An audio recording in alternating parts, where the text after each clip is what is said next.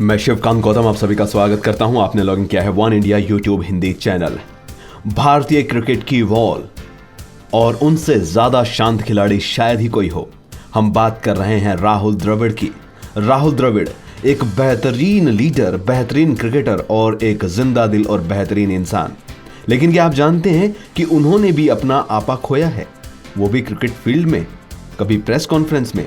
जी हां, आज हम राहुल द्रविड़ के वो 5 किस्से आपके सामने लेकर आए हैं जब उन्होंने आपा खो दिया और कूल रहने वाले, शांत रहने वाले राहुल द्रविड़ को जब आया गुस्सा।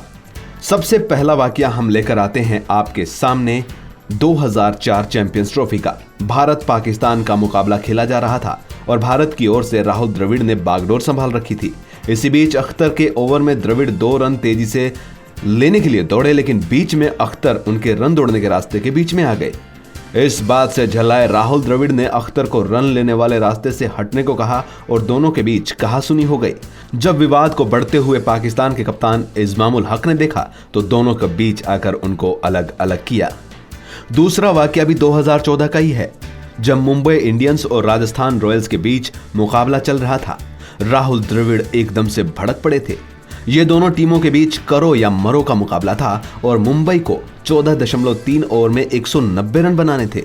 द्रविड़, जो इस टीम के मेंटर थे, बाहर बैठे थे और अपनी टीम की जीत की उम्मीदें लगाए बैठे थे कि यह मैच आसानी से वो जीत जाएंगे। लेकिन मुंबई इंडियंस के बल्लेबाजों ने चमत्कारी बल्लेबाजी की और राहुल द्रविड़ के मंसूबे धरे के धरे रह गए। आदित्य तारे ने छक्का जड़कर अपनी टीम को जीत दिला दी। राहुल द्रविड़ अपनी टीम के प्रदर्शन से इतना नाखुश हुए कि उन्होंने अपनी टोपी जमीन पर फेंक दी। द्रविड़ को इतने गुस्से में इससे पहले कभी नहीं देखा गया था। चलिए एक और वाकया बताते हैं जिसमें द्रविड़ ने टोपी ही नहीं, कुर्सी ही फेंक दी थी। दरअसल ये बात उनकी पत्नी विजेता ने एक इंटरव्यू में बताई थी। विजेता ने बताया कि राहुल ने एक बार उनसे बताया था कि एक बार उन्होंने वीरेंद्र सहवाग पर गुस्से में आकर कुर्सी फेंक दी थी। इसका कारण था कि भारत बड़े अंतर से एक टेस्ट मैच में इंग्लैंड के हाथों हार गया था। ऑस्ट्रेलियाई खिलाड़ी आज से नहीं, सदियों से स्लेजिंग करते आ रहे हैं और वो चाहकर भी इसे मैदान में नहीं छुपा पाते। आईपीएल 2013 के सीजन में राहुल द्रविड़ ने जॉनसन की गेंद पर चौका जड़ दिया, जिससे बौखलाए जॉनसन ने द्रविड़ के पास आकर कुछ कहा। इस बात पर द्रविड़ ने कोई जवाब नहीं दिया और अगली गेंद पर एक बार फिर से द्रविड़ ने चौका लगा दिया।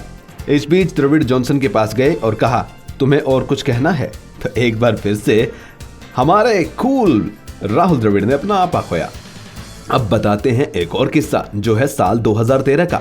मुंबई इंडियंस और राजस्थान रॉयल्स के बीच खेले गए मुकाबले के बाद प्रेस कॉन्फ्रेंस में मुंबई के खिलाड़ी किरण पोलार्ड को लेकर राहुल द्रविड़ को गुस्सा आ गया। दरअसल मुंबई के ऑलराउंडर किरण पोलार्ड पिच में रहने के दौरान राजस्थान के खिलाड़ी शेन वॉटसन को परेशान कर रहे थे।